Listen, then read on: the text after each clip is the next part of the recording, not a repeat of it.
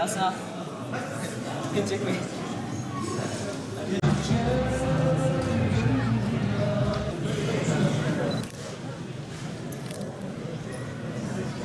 من الشيطان الرجيم بسم الله الرحمن الرحيم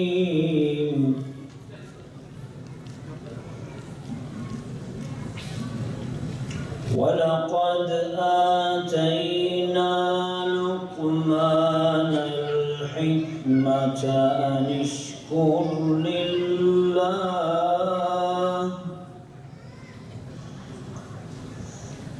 ومن يشكر فإنما يشكر لنفسه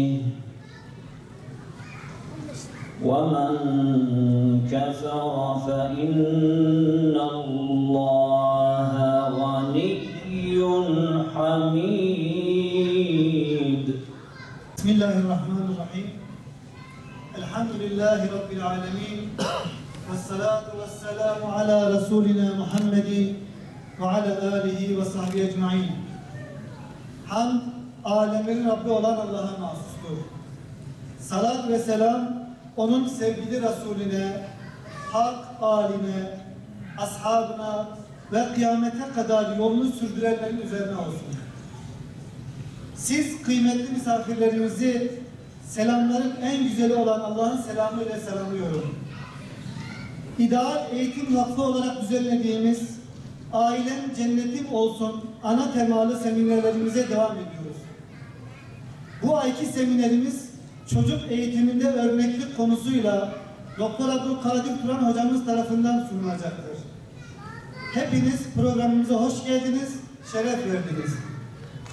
İdeal Eğitim Vakfı olarak katılım gösterdiğiniz için teşekkürü bir borç biliriz. Hiç şüphesiz günümüzde en çok zorlandığımız konulardan birisi çocuk eğitimidir.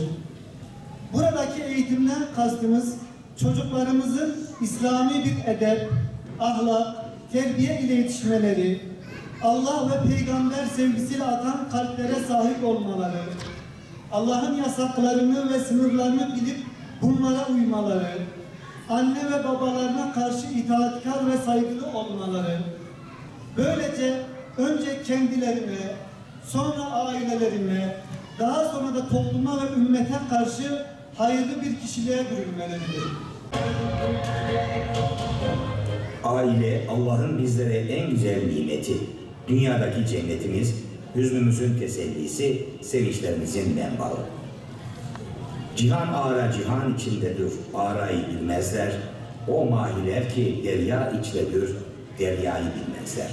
Yazar Cevdet Yanılmaz. Cennete giden yolda aile. Aile kimi uzmanlarımıza göre devletin bir küçük bir nüvesidir. Çünkü aileden de devlete giden İslam ülkeleri.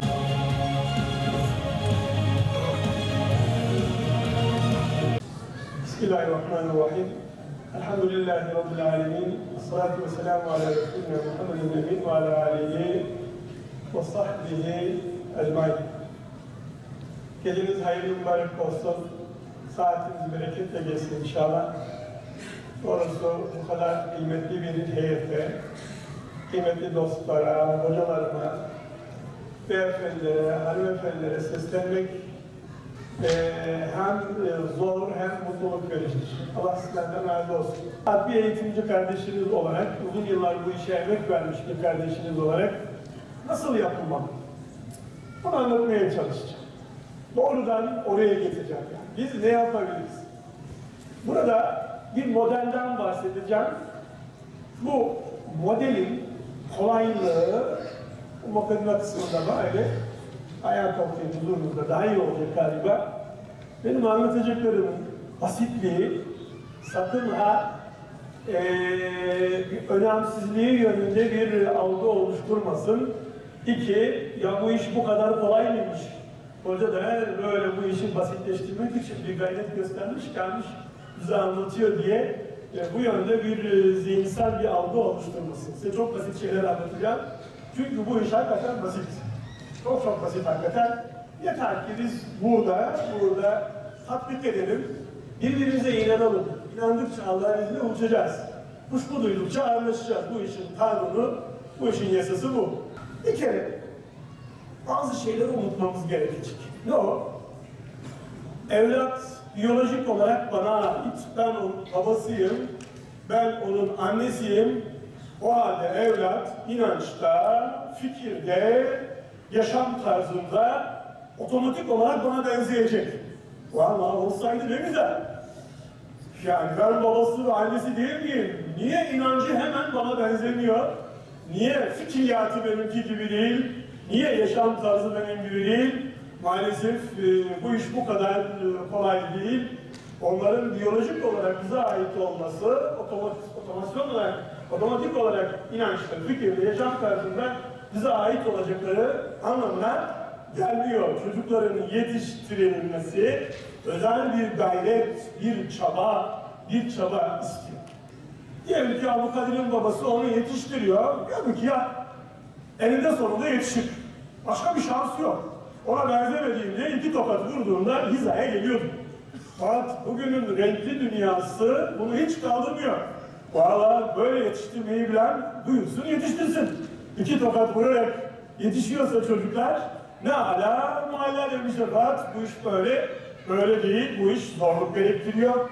Artık yeni dünyada ulus devletler dediğimiz devletlerin eğitim politikaları vardır. Bunlar diyorlar ki evladı siz doğurursunuz, onu biz eğitiriz.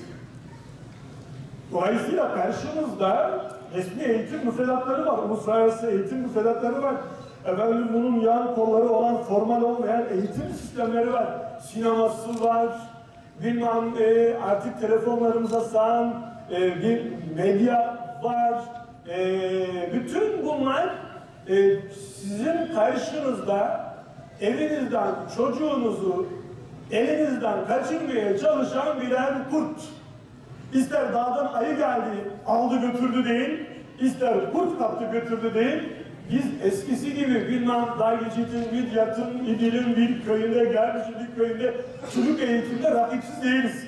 Çocuk böyle salındığında kendi kendine eğitilmiyor. Bizden bir gayret istiyor. Nasıl bir gayret kardeşlerim? O peygamberlere ve peygamberlerin serveri Hz. Muhammed Mustafa sallallahu aleyhi ve sellemin gayretine, şefkatine, merhametine uygun bir çaba lazım bizim bu evlatları yetiştirmemiz için. Bir husus daha, bu çocuk yetiştirme işi, burası midyat. Biliyorum bu işi biliyor midyatlılar, taş duvar örmeye benziyor. Çok usta bir taş duvar ustası ve mühendisi gibi mi çocuk yetiştiriyoruz?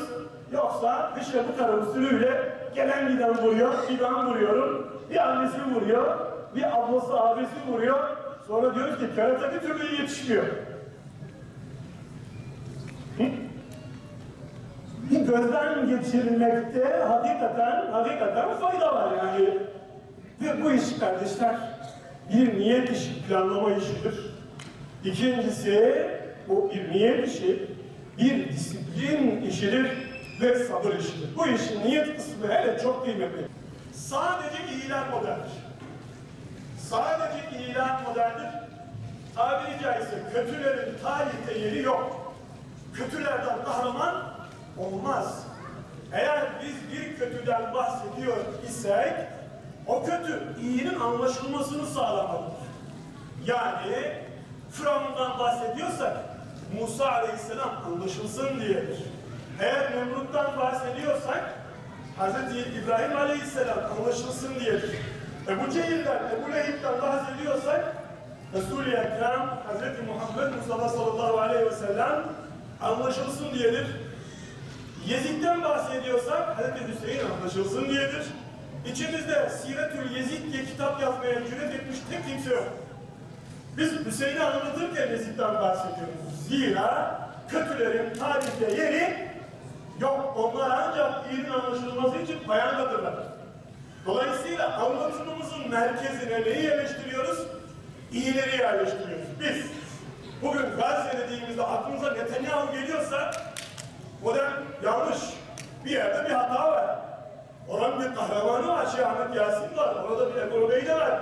Öncelikle halkımıza mücadele gelmeli. İyi insanlar gelmeli. Bu iyi insanlar imam önder olmalı, kötüler anlatımımızın önüne geçmemeli. Zira reklamın iyisi kötüsü yok demişler. İz bırakın, iz bırakın. Buna çok ama çok dikkat etmek gerekiyor. Bu yüzden ben buna ne dedim? Sadece buna müsbetlik modeli dedim ve sadece hilal model. Kimdir bizim modellerimiz? Kur'an-ı Kerim tarif ediyor. Nebiler, sıddıklar, şehitler, salihler ve onlara uyan iyi insan. Ve hiç kuşkusuz kardeşler, Nebilerin serveri aynı zamanda iyiliğin serveridir, iyilerin serveridir. Kim o? Hz. Muhammed Mustafa sallallahu aleyhi ve sellem. Rahmeti, bereketi hepinizin inşallah. Eğitim boyutlarının bir tanesi de muhterem abdülhamdülillah. Rabbimizden yardım dilemektir. Yardım dilemenin çeşitlerinden bir tanesi de inşallah dua etmektir. Elhamdülillahi Rabbil alemin. Esselatu vesselamu ala Resulina Muhammedin ve ala alihi ve sahbihi ecmaîn. Allah'ın azametinin yüceliğine layık hamd senadır. Salat-ı selam ise rehber olarak gönderdiğin peygamberlere, hususen sevgili peygamberimiz Muhammed Mustafa'ya, eline, ashabına, ehl-i beytine ve kıyamet gününe kadar Resulünün yolundan giden müminlerin üzerine olsun. Allah'ım bizleri sen yarattın, varlığından haberdar ettin, sevgini gönlümüze nakşettin, İslam nimetiyle donattın, Habibin Muhammed Mustafa'ya ümmet eyledin, bizleri Kur'an'ın nuruyla nimetlendirdin, Peygamberimizin sünnetiyle bize yolların en güzelini gösterdin. Ey Rabbimiz, bizi bir an dahi nefsimizle baş başa bırakma. Kur'an'ın yolundan ayrılmamak için bize yardım eyle. Peygamber Efendimiz'e ait bir ümmet olmaya devam etmeyi ihsan eyle. Bizi onun ahlakıyla ahlaklandır. Onun sevgisini gönlümüze nakşet ve ahiret gününde onun şefaatine mazhar eyle. Ey Rabbimiz, bizleri namazı dosdoğru, eksiksiz ve mükemmel şekilde kılan müminlerden eyle. Eş ve çocuklarımızın da namazlarını muhafaza etmeleri ve namazlarında daim olmaları için bilinç ihsan eyle.